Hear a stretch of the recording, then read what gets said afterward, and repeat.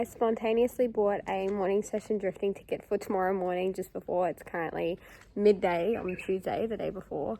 If you guys seen from my last video or from my Instagram, when I went drifting last week on Sunday, I snapped an axle on the S13 and I still currently haven't replaced it yet. So we're currently at my paint guy's house grabbing the axle out of the 180 because we run the same axle conversion in the 180 as we do the S13.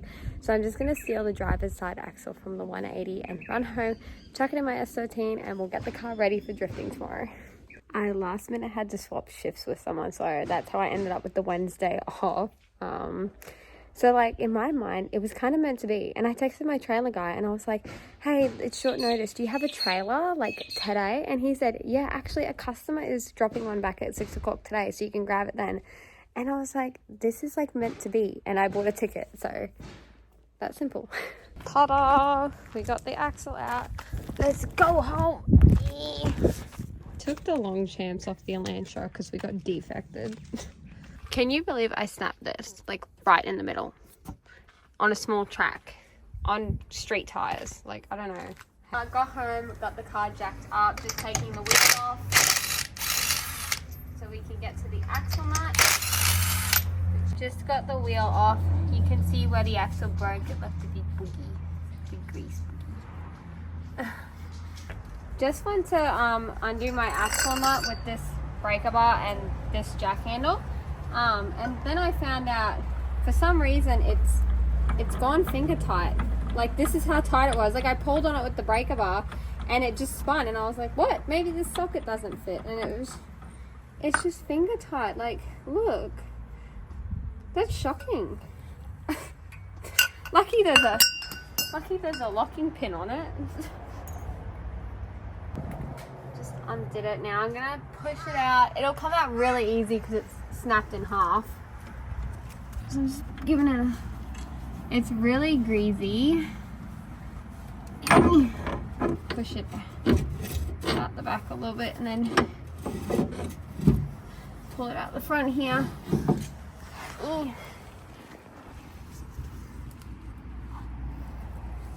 that's the snapped. Pull this down so you guys can see. I don't know if you can see that. That's where it snapped. Holy, I'll wipe it off and I'll show you guys. Can you see the twist in the middle of the shaft? So that's how you can kind of tell that it broke from like just power, not like an imperfection in the shaft. Like, it's actually twisted. So once you undo the bottom three, you want to get in and take it out of gear or handbrake off. Make sure you got things under the wheels, and then go to the other side wheel and spin it so you can spin the axle and then make the other three bolts more easily accessible. If that makes sense. Also, while I'm here, check out the grease. Like, there's grease there was a grease boogie in my wheel. There's like a little grease boogie here. There's a big grease boogie there. Like, look at that. There's just grease boogies everywhere. Just got them all undone, and here is my weenie little axle. Look at him, he's a weenie. So I've got the broken one here. This is the fresh one I'm going to put in, well, fresh second hand. Let's check out this tiny little nub. Look at the little nubby. It's twisted. You can see it looks much more twisted in person. This is the tiny little weenie bit of what's left that snapped. There's the shaft as well. I didn't expect these axles to break because everything I was read online and I was told, it's like, oh yeah, 350Z axles can handle 1,000 horsepower, like they'll be great. So this is just proof, like, depending on your setup and depending on your car and depending on conditions, not everything you read online is true, and I already knew that. Again, these cars are factory NA cars, V6s, so it's understandable that it did snap under a 550 horse is what I'm running at the moment. Anyway, I'm gonna get rid of this. I'm gonna chuck this in the car, get the car back on the ground, and then I'm gonna move into the engine bay where I'm gonna drain the coolant, because when we're going drifting tomorrow, I want to try out this new coolant additive that I've got. It's meant to help make the car run cooler because it has been running a bit hot lately, or just since forever. So I'm gonna get the car on the ground and then start on the coolant. Okay guys, it's currently like 9 o'clock at night. I got sidetracked because my wheel guy came over.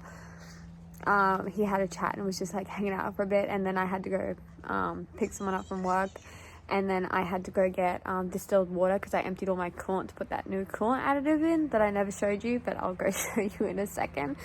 I completely lost track of time and I realized I haven't filmed anything, so that's why it's 9 o'clock at night. I have to be up at like 4:30 and I'm only just putting the wheel on my car. Oh my gosh. This is the box that VP sent me. It came with a bunch of cute little stickies and a little handwritten note, which I thought was super sweet. And I love their custom paper too. Anyways, this is the coolant additive I'm trying. The VP Cool Down Coolant Performance Improver. It's meant to run 30 degrees Fahrenheit cooler and reduce the cylinder head temperature up to 75 degrees Fahrenheit. I have heard of this before and I have heard good things about it before, so I'm really excited to try this myself, and I'll actually give you guys an honest opinion if I do notice anything in Sally, because as you guys know, I do talk about Sally overheating a lot, so we'll definitely get an honest review with this one. Moving on, they sent me a bunch of their upper cylinder lubricant fuel additives for E85. This one is peach and bourbon, and I really like this one. It's like a soft peach smell more than bourbon. This one is bubblegum. I love this one. They also sent me a strawberry scent, which I really love that one. And my favorite of all, they sent me the grape. Like, this one smells amazing. It smells like a Chupa Chup or a Hubba Bubba, one of those. Y'all know I love to clean my engine bay and clean my car, so they sent me some of this like spray wash and wax, because when you're at the track you don't always have access to a hose, so this is great. You just get a microfiber and clean it off. They also sent me this tire tar adhesive and rubber remover, because as you guys know, under like where I skid down here, the rubber does stick to the guards down there. And they also sent this all-purpose multi-cleaner, which is a bit of an all-rounder, which I'm really excited about, because you guys see all over my Instagram and YouTube, I love cleaning my car after every single drift event that I go to. So VP actually sent me this one as like a little care package, but to prove to you guys I actually already really liked VP, here are some of the things. I've owned this for ages. Like, as you can see, like how old this thing is. We've had this for so long, and I purely bought it actually for my father as a birthday present, because we both really liked VP. So this has been in the family for ages already. And another thing that me and B, my father, that you guys see in videos, used to fight over, is this upper cylinder lubricant, just in their candy scent, what they usually have. So all these are different scents, but they're the same thing. Me and him fight over this.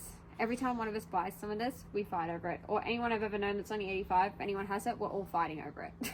So I bought this one with my own money, and I had it in my toolbox as spares because I use it.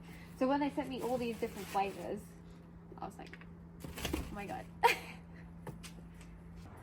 So my father, or B, I'm going to call him B for you guys so you remember, he's actually got a whole box of these VP stickers that he's had over the years that he's just folded up and like didn't want to waste, so he's just kept them. So, but I'm going to peel this one off. I'm going to stick it on little Sally down here.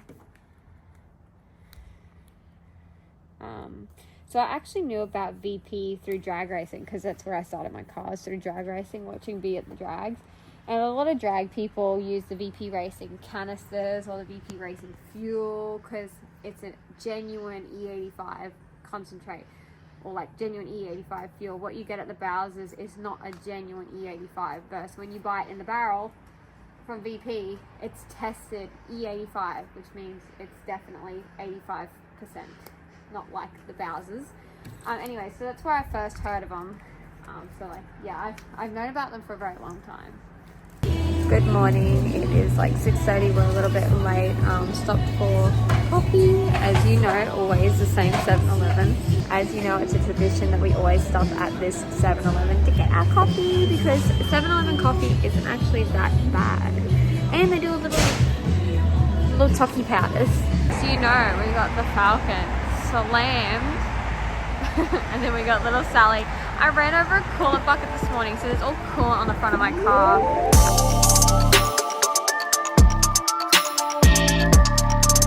It's 7:44 and the briefing's at 7:50, and I've just arrived at Queensland Raceway, so I'm going to run inside and do my briefing. Ta-da! Ipswich Motorsport Precinct. We just arrived. We made it. Got my briefing armband. I got here, I jumped out the car and I ran into the briefing room. I was like, wait! I just made it. It's so freaking cold out here. Oh my gosh. I looked up the weather and they said that it's 4 degrees out here. That's why it's so cold.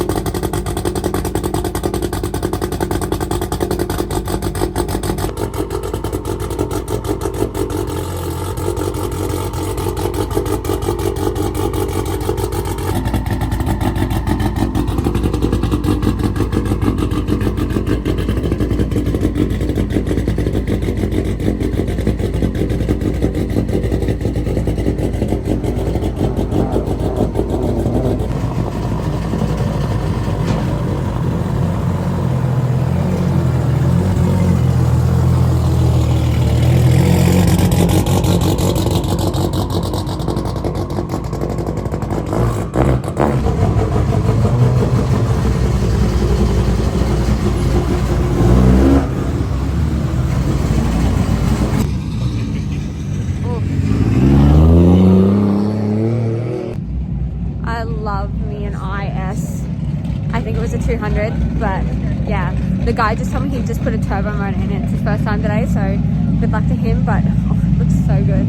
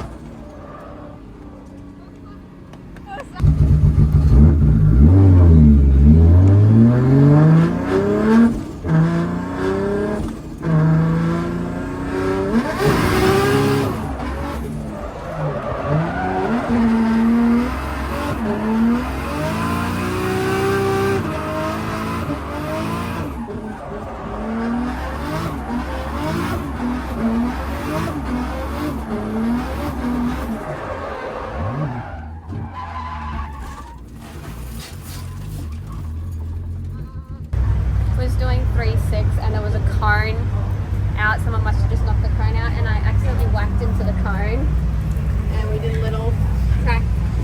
It's like flaking off there a little bit.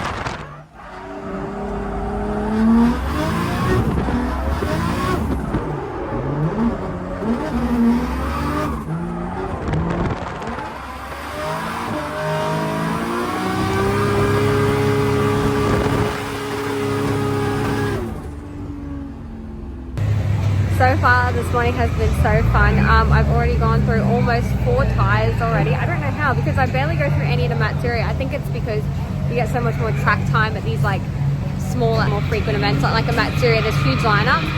But anyway, the car is going amazing. It's staying so cool because that cool out I put in, I'm not even kidding, it does work. Like, I'm not kidding.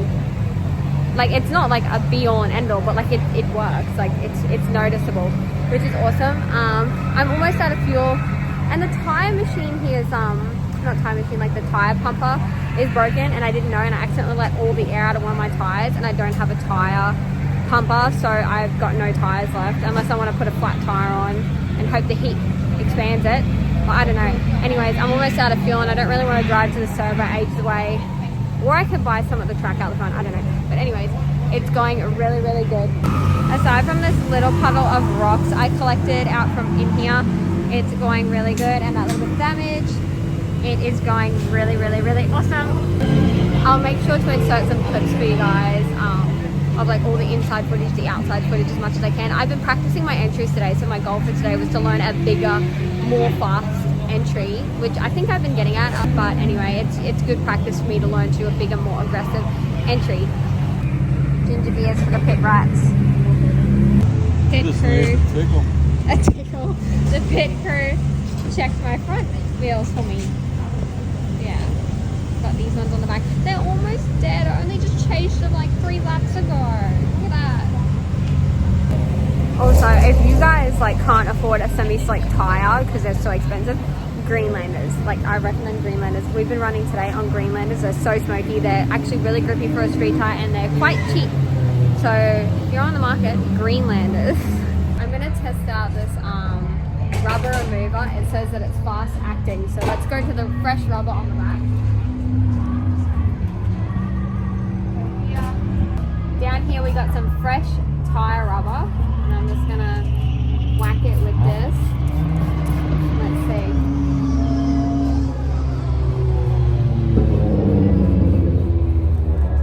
I mean, that's, let's see.